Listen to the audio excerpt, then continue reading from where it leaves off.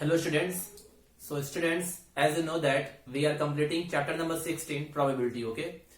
Students, in the last previous parts we had discussed all the definition, all the important definition regarding probability, okay? And based upon that definitions we have discussed few questions, okay? So today I will also discuss few more important questions which can give lot of confidence to you while solving this chapter, okay? So the first question for today will be, it is the same question that we have discussed in the previous class, little bit different. So see,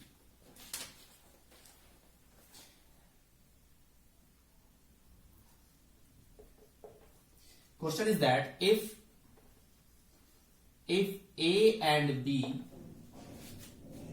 are any two events, if A and B are any two events having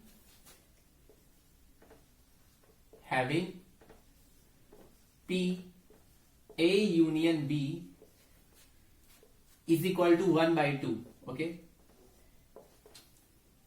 and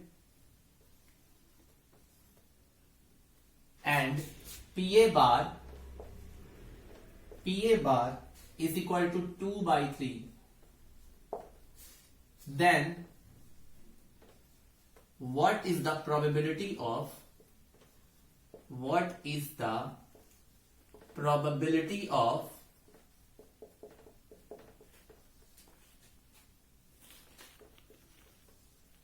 A bar intersection B? ठीक है, this is the question, student.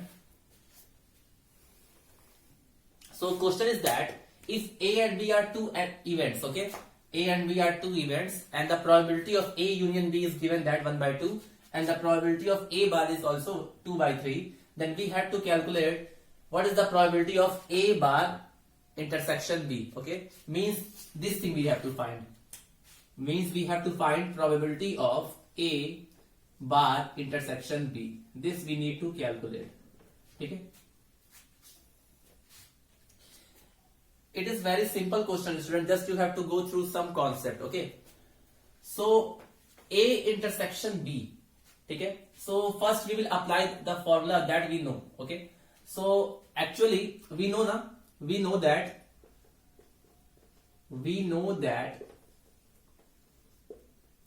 P A union B is equal to PA plus PB minus PA intersection B.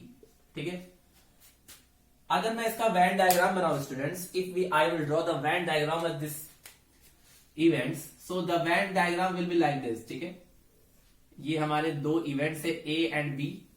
ठीक है, this is A, this is B. This portion is known as A intersection B. ठीक है, this portion is known as A intersection B. तो हमें actual में निकालना क्या है? A बार इंटरसेक्शन B की प्रोबेबिलिटी निकालनी है. तो स्टूडेंट मैंने आपको बताया था, अगर मैं इस B में से ये वाला पोर्शन माइनस कर दूं तो मुझे क्या मिलेगा? अगर मैं B में से मैं ये वाला पोर्शन माइनस कर दूं तो मुझे क्या मिलेगा? मुझे वो पार्ट मिलेगा जिसमें केवल इवेंट बी हो रहा होगा, ए नहीं. ठीक है, ये जो आपको मैंने यहाँ पे जो मैंने ऐसे लाइन यूज की है, ये वाला सिंबल कॉमन रीजन, इसको बोलते हैं इंटरसेक्शन रीजन. ठीक है, और जो हमें निकालना है A bar intersection B. A bar intersection B means the occurrence of event B only.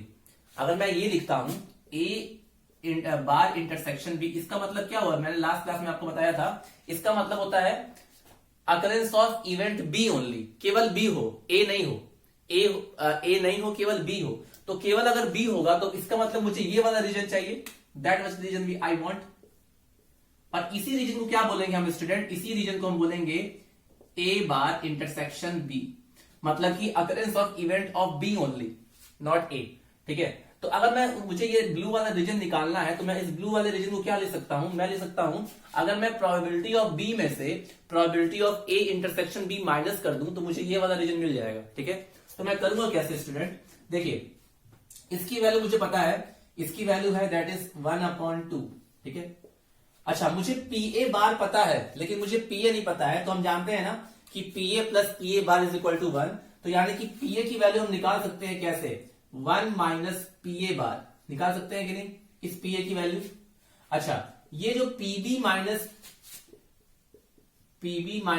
P A intersection B है, इसको अभी एज इट इज रहने देते हैं। अब देखिए ये 1/2 हुआ, ये 1 माइनस पी ए बार है हमारा 2/3 plus PB minus P A intersection B, ठीक है। अच्छा, इसको मैं सॉल्व करूंगा स्टूडेंट, तो देखो क्या आएगा, 1/2 इधर बचा और ये बच जाएगा 1/3, ठीक है। 1/2 is equal to 1/3 plus PB minus P A intersection B. तो अगर मुझे ये वैल्यू निकालनी है तो मैं क्या करूंगा, मैं इस 1/3 को इस साइड ले जाऊंगा, तो 1/2 minus 1/3 will be equal to PB minus P A intersection B, ठीक है। नाउ सी, इसको जब हम लोग सॉल्व करेंगे स्टूडेंट, तो I am going to solve directly. इसका एलसीएम हो जाएगा 6, 3 माइनस 2, ठीक है। और ये आ जाएगा PB minus P A intersection B, ठीक है। यानी कि PB minus P A intersection B will be equal to 1/6, ठीक है। इतना आया। अब ध्यान दो, PB minus P A intersection B, मतलब कि अगर प्रोबेबिलिटी ऑफ बी में से हम probability of A intersection B minus कर दे तो हमें कौन सा रीजन मिलेगा, हमें मिलेगा probability of A bar intersection B. मतलब कि इस पूरे की जगह हम क्या ले सकते हैं, हम ले सकते हैं probability of A bar intersection B which value is equal to 1/6। तो आंसर इसका हो जाएगा 1/6, ठीक है। आपको ये मतलब पता होना चाहिए कि ए बार इंटरसेक्शन बी का मतलब क्या है। इसका मतलब है कि occurrence of event B only, मतलब कि केवल बी हो। और अगर केवल बी हो तो बी वाला पार्ट कौन सा है, केवल ये वाला जो मैंने ब्लू से किया है, ठीक है। और उसको कैसे रिप्रेजेंट कर सकते हैं, उसको हम रिप्रेजेंट कर सकते हैं, अगर मैं पीबी में से P A intersection B minus कर दूं तो उसकी वैल्यू हम इजीली निकाल सकते हैं, ठीक है। तो आपको ऐसे वेन डायग्राम बना के आना चाहिए। फॉर्मूला आपको 1-2 याद होगा, सारे फॉर्मूला याद नहीं हो सकते, लेकिन आपको अगर वेन डायग्राम समझ में आता है then you can easily solve, ठीक है। So with the help of this question, with the help of this method, we can easily solve this type of questions, okay. So please note down it.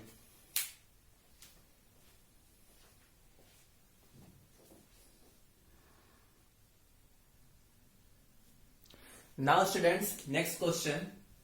If A and B are mutually exclusive events, PA equal to 0.35, PB is equal to 0.45, find in first part PA dash, second PB dash, third PA union B, fourth PA intersection B, fifth PA bar intersection B bar, and sixth PA intersection B bar. It means that in the given question we have to find these 6 things, okay.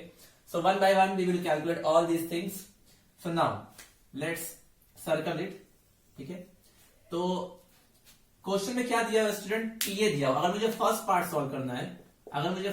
Solve करना है तो पीए is given, ठीक है। पीए की value है कितनी, how much, PA is 0.35। तो we all know that the sum of probability of a event and its complementary is equal to 1। मतलब अगर एक इवेंट ए है और एक उसका कॉम्प्लीमेंट्री इवेंट है ए बार, तो उन दोनों की प्रोबेबिलिटी का सम 1 होता है। It means that we can write PA plus PA bar is equal to, PA bar लिखो चाहे पीए डैश लिखो चाहे पीएससी लिखो, बात एक ही है, ठीक है। तो बार भी लिख सकते हो या डैश भी लिख सकते हो, बात एक ही है। इज इक्वल टू 1 होना चाहिए। पीए की वैल्यू दी हुई है that is 0.35 and this is PA bar ही लिख देते हैं, चलो, क्योंकि क्वेश्चन में बार में दिया है, ठीक है। तो यानी कि PA bar is equal to 1 minus 0.35, so it means that PA bar is equal to 0.65. So the answer of first part is 0.65, okay. Now second part is same as first part. So second part is that we have to calculate PB bar, ठीक है, या PB dash. So again PB is given what, 0.45, ठीक है। तो we know that कि PB plus PB bar is equal to 1। बस आपको इसकी वैल्यू पता ही है, that is 0.45। This is PB dash is equal to 1। So PB dash is equal to 1 minus 0.45, so it will come 0.55। So the answer of second part is 0.55। It is, the first two part is very easy, ठीक है। ज्यादा कुछ इसमें है नहीं। Third part में क्या निकालना है हमें? थर्ड पार्ट में हमें निकालना है, we need to calculate this P A union B, this we have to calculate. ठीक है, अब क्वेश्चन में एक चीज दिया है student, A and B are mutually exclusive events. तो हम लिखेंगे given that A and B are mutually exclusive event. So हम जानते हैं ना कि म्यूचुअली एक्सक्लूसिव इवेंट में probability of A union B किसके बराबर होता है P A plus P B के। ठीक है, म्यूचुअली एक्सक्लूसिव इवेंट को डिसजॉइंट सेट भी बोलते हैं। ठीक है, तो हमें ये निकालना है P A union B. P A is also given that is 0.35, PB is given 0.45, so the answer will be 0.8. ठीक है, so the answer of third part is 0.8. ठीक है, now fourth part we need to calculate। चौथे part में क्या calculate करना है students? we need to calculate P A intersection B this way। But question में अगेन दिया हुआ है A and B are mutually exclusive events ना, और म्यूचुअली एक्सक्लूसिव इवेंट एक तरह के डिसजॉइंट सेट्स होते हैं। इसका मतलब कि A union intersection B will be 5। ठीक है, तो अगर कोई सेट में कोई एलिमेंट ही कॉमन नहीं है तो उसकी प्रोबेबिलिटी क्या हो जाएगी? 0। तो ये आपको बताया गया था स्टार्टिंग में कि probability of A intersection B in case of mutually exclusive event is 0। तो इस चौथे पार्ट का आंसर क्या हो जाएगा? 0। अरे ये 0 होता है तभी तो पी ए यूनियन बी क्या आता है? P A plus P B के बराबर आता है। ठीक है, नाउ फिफ्थ पार्ट अच्छा है इसका। So now we will discuss fifth part में हमें निकालना है P A bar B bar. ठीक है, ये निकालना है। तो इसमें हम लोग एक रूल यूज करेंगे। कौन सा रूल? हम लोग ये रूल यूज करेंगे, कौन सा? D Morgan's law. ओके, तो हम जानते हैं स्टूडेंट, आप वी नो दैट कि ए यूनियन बी का अगर हम बार ले लें तो किसके बराबर होता है? ए बार इंटरसेक्शन बी बार, इसके बराबर होता है। तो इसके प्लेस पे हम लोग ये चीज लिख सकते हैं। ठीक है, so P A bar intersection B bar can be written as P A union B का होल बार, लिख सकते हैं इसको इस तरह हम लोग। ठीक है, और एक्चुअल में स्टूडेंट अगर पी ए यूनियन बी का बार लेना है हमको, तो हम जानते हैं, अगेन हम यूज करेंगे कि दो सेट, जैसे कि आपके पास अगर ऐसा कोई इवेंट हो, ठीक है, ये, ठीक है, तो ये पूरा पार्ट क्या कहलाता है? ये पूरा पार्ट आपका कहलाएगा ए यूनियन बी। तो इसका अगर आपको बार चाहिए तो आप बार क्या करोगे? पूरे सैंपल स्पेस में से ये माइनस कर दोगे, तो जो रिमेनिंग पार्ट होगा वही उसका बार हो जाएगा। तो पूरे सैंपल स्पेस जो होगा, इसका मतलब पूरे सैंपल स्पेस को प्रोबेबिलिटी मानते हैं 1, पूरे सैंपल स्पेस की प्रोबेबिलिटी मानते हैं 1। तो 1 में से अगर हम लोग इसका यूनियन माइनस कर दे तो हमें इसके बार की वैल्यू या कॉम्प्लीमेंट की वैल्यू मिल जाएगी। तो यानी कि इसके प्लेस पे हम, क्योंकि हमने ये लिखा है P A dash intersection B dash is equal to P A union B का बार, और इसके आप ले सकते हैं 1 minus P A union B. ठीक है, क्योंकि ये है ए यूनियन बी और जो ब्लैंक स्पेस है वो है पी ए यूनियन बी का बार, और दोनों की प्रोबेबिलिटी को ऐड करोगे तो 1 के बराबर होगा। तो अगर मैं 1 में से इसका यूनियन माइनस कर दूं तो मुझे इस बार की वैल्यू पता चल जाएगी। ये वैल्यू हमने ऑलरेडी कैलकुलेट किया है, that is 0.8। So 1 minus 0.8 which will be equal to 0.2। तो the answer of fifth part will be 0.2। ठीक है, अभी लास्ट पार्ट स्टूडेंट आप खुद कर सकते हो। अभी मैंने ऐसा क्वेश्चन कराया था आपको, probability of A intersection B dash, इसका मतलब क्या हुआ? Probability of A intersection B dash, इसका मतलब ये हुआ probability of occurrence of event A only, A केवल हो, बी ना हो। तो अगर ए हो और बी ना हो तो उसकी प्रोबेबिलिटी हम लोग कैसे निकाल सकते हैं? मैं फॉर्मूला यहां लिख देता हूं 6 पार्ट का। जो 6 पार्ट हमारा कैलकुलेट होगा that is P A intersection B dash, ये मैंने आपको फॉर्मूला बताया था, that is equal to P A minus P A intersection B. ठीक है, ये होगा P A minus P A intersection B. P A की वैल्यू आपको पता है that is 0.35, A intersection B हमारा 0 है, तो इसका जो आंसर आएगा दैट विल बी 0.35 ओनली, ठीक है, 0.35 only. So this is the answer of all 6 part of this question, and all parts are very easy students, so I hope that you can understand. ठीक है, let me check the answer one more time, all the parts, so that we can move further. ठीक है, पहले का answer 0.65 है, good. Second का 0.55, then 0.8, then 0, after that 0.2 and then 0.35. All the answer is correct. So now students, whatever question I told you based upon this probability of A or B or A and B, I hope that with the help of this question you can easily solve the remaining question based upon this concept. Okay, so now we will going to solve few questions based upon the permutation and combination. कुछ question ऐसे होते हैं probability के जो permutation and combination के concept पर solve होते हैं, तो वो क्वेश्चन मैं इसके बाद बताऊंगा. So first to note all these parts, then we will discuss the next question. Okay, so please note down it.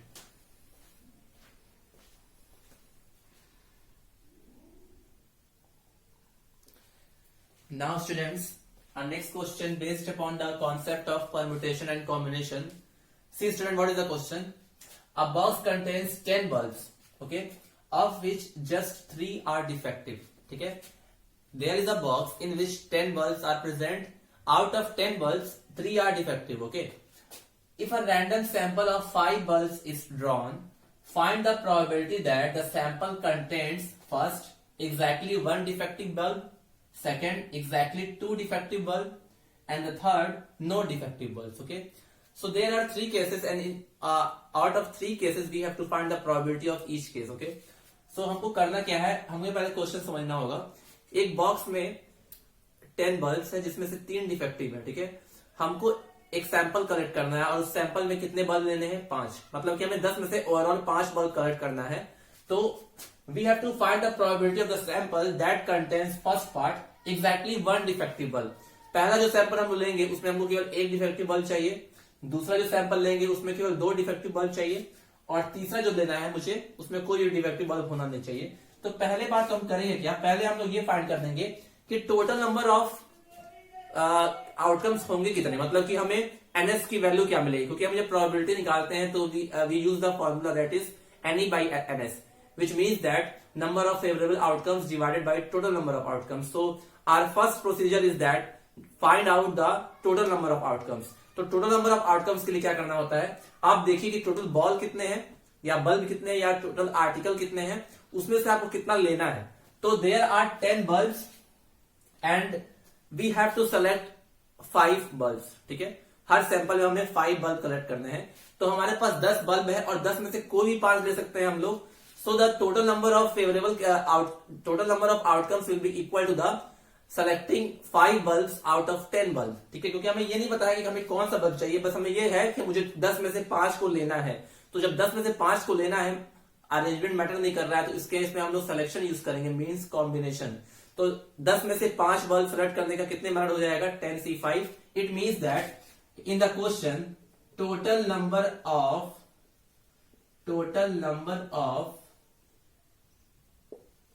outcomes, total number of outcomes, that is ns is equal to 10C5. ये तो होगा ही ना, क्योंकि हमें overall 10 में से 5 तो लेना ही है. अब अलग अलग केस में अलग अलग चीजें हमको चाहिए. अब पहला केस क्या है हमारा, पहले केस में मुझे क्या चाहिए, पहले केस में चाहिए मुझे exactly 1 defective bulb, exactly 1 defective bulb, मतलब कि मुझे 5 लेने हैं और 5 में से 1 तो डिफेक्टिव होना चाहिए. ठीक है, तो इस केस के लिए नंबर ऑफ फेवरेबल आउटकम्स क्या होंगे students, just think that number of favourable outcomes क्या होने चाहिए इस केस में. आप मुझे बताओ कि मुझे 5 का सैंपल कलेक्ट करना है और पहले केस में ऐसा फाइंड करना है कि मुझे 5 में से 1 तो डिफेक्टिव बल्ब हो. तो इसका मतलब हमारे पास 10 बल्ब हैं जिसमें से 3 डिफेक्टिव हैं. तो अगर हम लोग डिफेक्टिव में से एक बल्ब ले लें और बचे हुए में से 4 बल्ब ले लें तो ओवरऑल हम लोग 5 बल्ब ले लेंगे by using the fundamental principle of counting. Okay, so पहले केस में मुझे एग्जैक्टली 1 बल्ब चाहिए जो कि डिफेक्टिव होना चाहिए। तो डिफेक्टिव बल्ब है कितने? 3। तो हम 3 में से कोई एक बल्ब ले लेंगे, सेलेक्ट कर लेंगे 3 में से कोई एक, इनटू, क्यों इनटू यूज किया गया? क्योंकि हमें ओवरऑल 5 लेने हैं। तो अभी तो हमने एक लिया है, इसका मतलब जो बचे हुए 4 बल्ब है वो मुझे 7 में से लेना होगा, दैट इज 7C4। ठीक है, तो ये हमारे हो जाएंगे total number of favourable outcomes for first case. ठीक है, so in this case probability will be P will be equal to NE by NS। ठीक है, अच्छा NE कितना है? 3C1 इंटू 7C4 और NS कितना है? 10C5। अच्छा 3C1 हमारा होता है स्टूडेंट 3। ठीक है, 7C4 ये कितना होगा? अब इसको सॉल्व करोगे 7C4 को तो 7 इंटू 6 इंटू 5 ये होगा अपॉन 3, यानी कि इसका जो मल्टीप्लाई करके आएगा वो 35 आएगा स्टूडेंट। ठीक है, 35 आएगा। ठीक है, 35। ओके, आप खुद देख लेना वही चीज आएगी। 7C4 को आप सॉल्व करोगे जब 7C4 को तो लिख सकते हैं इसको 7 इंटू 6 इंटू 5 अपॉन फैक्टोरियल 3 यानी कि 6 से कैंसिल हो गया, 35 आएगा, डिवाइडेड बाई 10C5। 10C5 को सॉल्व करोगे स्टूडेंट तो 10C5 कितना होता है? 10 into 9 into 8 into 7 into 6 divided by factorial 5 या 10 into 9 into 8 into 7 into 6 upon 120। Factorial 5 की वैल्यू 120 होती है। ये 0 से 0 कट गया। ठीक है, ये 2 से 2 कट गया और ये 4 आ गया। तो 9 इंटू 4 इंटू 7, 9 इंटू 4 यानी कि 36 इंटू 7 ये 2 हो गया, ये 252 आएगा इसका आंसर। ठीक है, तो यानी कि 252 इसकी वैल्यू आएगी। आगे बार क्रॉस चेक कर लेना, सही होगा। ठीक है, क्रॉस चेक कर लोगे तो आपको सही होगा, एक बार देख लो। अब आप इसको सॉल्व करके आंसर बताइए कितना आ रहा है। ठीक है, answer is also very easy student, बहुत सिंपल क्वेश्चन है ये। तो इसको हम लोग सॉल्व करें अगर तो क्या ये कट पाएगा इससे? 35 अपॉन 252 ये इससे कैंसिल हो जाएगा स्टूडेंट। 3 और ये 3 8 जा और ये 4 जा। ठीक है, और कैंसिल हो रहा है ये तो 14 7 जा, सॉरी 12 7 जा, ये 12 से कैंसिल हो जाएगा, 12 7 जा और 5 7 जा, यानी कि इसका जो आंसर आएगा दैट विल बी 5 अपॉन 12। ठीक है, इसका जो आंसर होगा student that will be 5 upon 12। देख लीजिए, बहुत सिंपल क्वेश्चन था जिसमें से 3 डिफेक्टिव थे, यानी कि सही बल्ब कितने हुए? 7। पहला केस ये था कि हमें 5 का सैंपल लेना है और उस 5 में से पहले केस में एक बल्ब खराब होना चाहिए। तो यानी कि हम लोग एक बल्ब खराब किसमें से लेंगे? डिफेक्टिव वाले में से। तो हमने 3 में से एक सेलेक्ट कर लिया और बचे हुए 4, क्योंकि हमें ओवरऑल 5 बल्ब को सिलेक्ट करना था, मतलब कि लेना था, तो बचे हुए 7 में से 4 कर लिया। तो ये हमारा हो गया NE। NS आपने ऑलरेडी निकाला ही था, तो NE बाई NS इसको सॉल्व किया तो हमारा 5 अपॉन 12 आंसर आ गया। ठीक है, एक बार चेक कर लेना कितना आंसर आएगा, वैसे इतना ही आएगा। ठीक है, 5 upon 12। Now second part student, ऐसे ही सेकेंड पार्ट है। अब मैं सेकेंड पार्ट के लिए इतना नहीं लिखूंगा। सेकेंड पार्ट में क्या है स्टूडेंट? सेकेंड पार्ट में हमें क्या चाहिए? Exactly 2 defective bulb. NS हमेशा सेम ही रहता है स्टूडेंट हर एक पार्ट के लिए। NS तो सेम ही होगा ना, क्योंकि ओवरऑल तो हमें 5 सेलेक्ट करना ही है, तो NS हमारा सेम रहेगा हर एक केस से, बस NE चेंज होगा, मतलब कि number of favourable outcomes change होगा। ठीक है, अब इस केस में मुझे 2 डिफेक्टिव बल्ब चाहिए, 2। ठीक है, 2 डिफेक्टिव बल्ब चाहिए। तो इस केस में जो हमारा NE आना चाहिए, NE जो होगा यार कि नंबर ऑफ फेवरेबल आउटकम्स, क्या होगा कि मैं 3 डिफेक्टिव में से 2 सेलेक्ट कर लूं और बचे हुए 7 में से 3 सेलेक्ट कर लूं, यही तो होगा। NS तो अभी भी उतना ही होगा, NS अभी भी कितना होगा? 10C5। तो प्रोबेबिलिटी क्या हो जाएगी इस केस में? Probability will B NE by NS। ठीक है, NE है हमारा 3C2 into 7C5, sorry 7C3 divided by 10C5। Solve कर लेते हैं इसको, तो ये आ गया 3, इसकी वैल्यू 3 होगी। इसकी वैल्यू क्या होगी स्टूडेंट, इसकी वैल्यू होगी 7 into 6 into 5 upon factorial 3, 35 upon 10c5 की वैल्यू मैंने अभी निकाली थी स्टूडेंट थोड़े दिन पहले। 10c5 की वैल्यू क्या होगी, 10 into 9 into 8 into 7 into 6 upon factorial factorial 5 यानी कि 120। ये कट गया, ये 2 आ गया, ये 4 आ गया, तो 36 इंटू 7, 36 इंटू 7 विल बी 252 यानी कि ये 252 होगा। ठीक है, फिर से कैंसिल हो जाएगा, 5 7 जा, ठीक है, और ये 7 से आई थिंक कैंसिल हो जाएगा, तो 7 3 जा 21 4 6। ठीक है, तो अगेन स्टूडेंट हमारा ये 5/12 भी आएगा। ठीक है, 5/12 भी आएगा, इस केस में भी जो आंसर आएगा वो 5/12 भी आएगा। ठीक है, नाउ थर्ड केस में क्या है student, no defective bulbs, no defective bulbs. Calculation में मैं देख लेना, हो सके might be I can be wrong because I don't have any book, तो देख लेते हैं। अब इस केस में मुझे कोई भी डिफेक्टिव बल्ब नहीं चाहिए, तो यानी कि मुझे जितने भी बल्ब सेलेक्ट करने होंगे 5, वो मुझे सही वाले में सेलेक्ट करने होंगे। तो 10 में से 3 खराब है यानी कि 7 सही है। अब मुझे एनी जो होगा वो 7 में से कोई भी 5 सेलेक्ट करना होगा। एनएस तो अभी भी सेम ही है, दैट इज 10c5। तो प्रोबेबिलिटी क्या हो जाएगी इस केस में, that will be any by NS.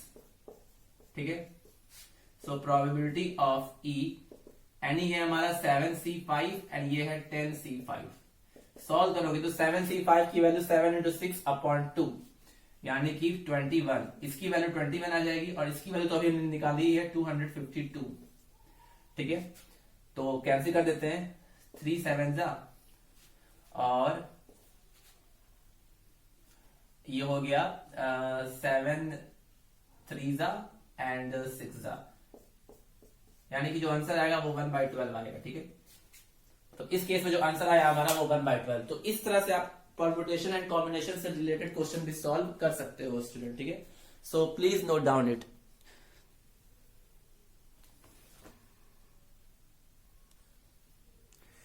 Now students, another very good question based upon the probability is that 3 squares of chessboard are selected at random. Okay, the probability of getting 2 square of one color and other of different color is, ठीक है।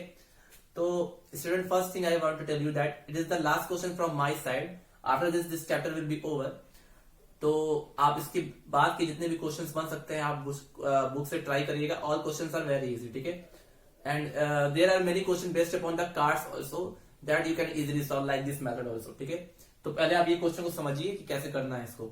So in this question it is given that we have to select 3 square from a 3 square of chessboard are selected at random, मतलब कि एक square के chessboard में से 3 square को select किया जा रहा है। तो हमें प्रोबेबिलिटी फाइंड करनी है कि ऐसे फाइंड करो कि 2 स्क्वायर एक कलर के हों और जो एक स्क्वायर है वो दूसरा कलर के हो। ठीक है, तो अगर आपने चेस बोर्ड देखा हो स्टूडेंट, तो we all know that in the chess board there are total how many squares,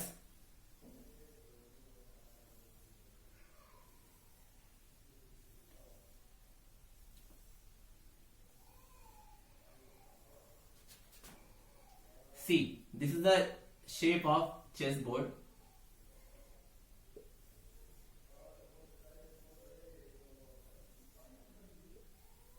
See, this is the chessboard. ठीक है, suppose this is the chessboard and we all know that in the chessboard there are 64 squares। ठीक है, 64 square होते हैं, मतलब कि जिसमें से 32 ब्लैक होते हैं और 32 व्हाइट होते हैं। ठीक है, आप सभी ने देखा होगा चेसबोर्ड कैसा होता है।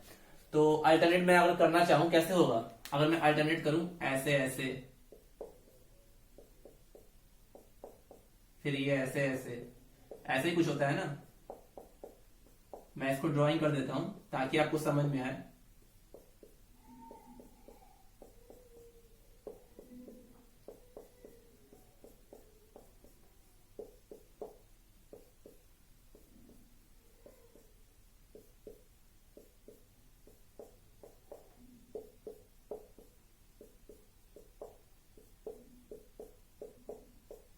ठीक है।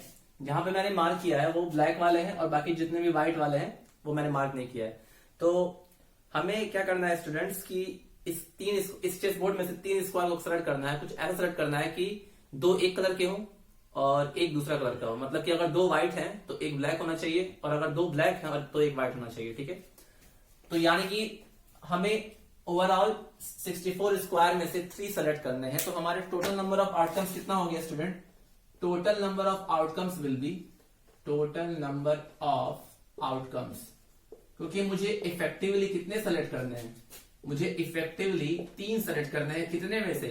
64 में से। So it will be 64C3, क्योंकि मुझे सेलेक्ट करना है ना। 64 में से कोई भी मैं 3 सेलेक्ट कर लूंगा। अब मेरे साथ कंडीशन ये है कि मेरे पास जो भी मैं 3 सेलेक्ट करूं उसमें से 2 एक कलर के होने चाहिए और एक दूसरे कलर का होना चाहिए। मतलब कि अगर 2 व्हाइट है तो एक ब्लैक होना चाहिए और अगर 2 ब्लैक है तो एक व्हाइट होना चाहिए। तो नंबर ऑफ फेवरेबल आउटकम्स कैसे निकलेगा student? Number of favourable outcomes, number of favourable outcomes कैसे निकलेगा? या तो मैं 2 व्हाइट सेलेक्ट कर लूं और एक ब्लैक सेलेक्ट कर लूं। ठीक है। तो यानी कि 32C में से मैं 2 सेलेक्ट कर लूं व्हाइट और 32C में से एक सेलेक्ट कर लूं ब्लैक। ये मेरा व्हाइट वाला है। ठीक है। मान लो ये मैंने व्हाइट 2 सेलेक्ट किया है। या अब मैं या बोल रहा हूं यानी कि बीच में प्लस लगेगा। या ऐसा भी हो सकता है कि मैं व्हाइट में से केवल एक सेलेक्ट करूं और ब्लैक में से 2 सेलेक्ट करूं। हो सकता है कि नहीं? 2 केस हो सकता है ना। या तो मैं व्हाइट में से 2 सेलेक्ट करूं, ब्लैक में से एक, या मैं ब्लैक में से एक सेलेक्ट करूं, व्हाइट में से 2, ब्लैक में से एक, या व्हाइट में से एक, ब्लैक में से 2। ठीक है। तो 2 केस बनेगा। तो दोनों को ही हम लोग को ऐड करना पड़ेगा। ठीक है। अब मैंने 32 क्यों लिया? क्योंकि 32 व्हाइट होते हैं और 32 ब्लैक भी होते हैं। तो that's why 32C2 into 32C1, ये पहला केस। या है तो बीच में प्लस लगेगा। So plus 32C1 into 32C2। बीच में प्लस का साइन आपको समझ में आना चाहिए। It is the fundamental principle of addition. ठीक है। एडिशन में बीच में और आता है और मल्टीप्लीकेशन में एंड आता है। या तो मैं 2 व्हाइट, ऐसे बोल सकते हो आप, 2 व्हाइट एक ब्लैक, या मतलब और। ठीक है। 2 व्हाइट एक ब्लैक या एक व्हाइट 2 ब्लैक। तो वही चीज है यहाँ पे। तो यही हमारे नंबर ऑफ फेवरेबल आउटकम्स हो गए। इसको अगर चाहो तो आप सॉल्व भी कर सकते हो, या अगर मैं इसको डायरेक्टली लिखूं तो इसको मैं लिख सकता हूं 2 times of 32C2 2 times of 32C2 into 32C1। ये बनेगा मेरा। ठीक है। ये मेरा बनेगा।